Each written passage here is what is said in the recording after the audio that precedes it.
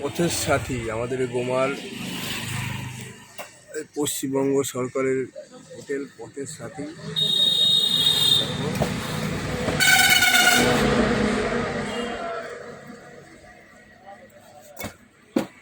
একদম গোমা ব্রিজের গোড়ায়, ব্রিজের সামনে এখন ইট থেকে বিল্ডার্সরা ব্যবসা করছে। কি বলবে, সরকারি জায়গা পেয়ে এছাড়া এরা যা করছে যে বলার নেই।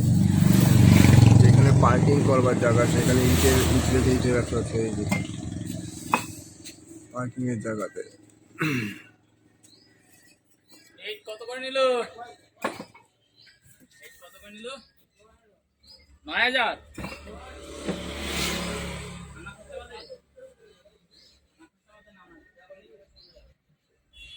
মানে সরকারি জায়গা যেখানে পার্কিং রাখবে গাড়িওয়ালারা, সেইখানে তোমার ইট রেখে ব্যবসা হচ্ছে।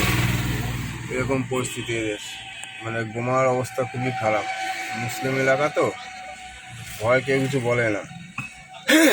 এই যে আমি আশেপাশটা দেখাচ্ছি, এই যে পাশে উল্টো দিকে পালের ঘর, এরাও সেই ফুটপাতের রাস্তার উপরে সব মালপত্র রেখে ব্যবসা করছে। দেখো বালুইগাছি হ্যাঁ, বালুইগাছি পালপাড়ার সামনে আমি দাঁড়ানো এখন।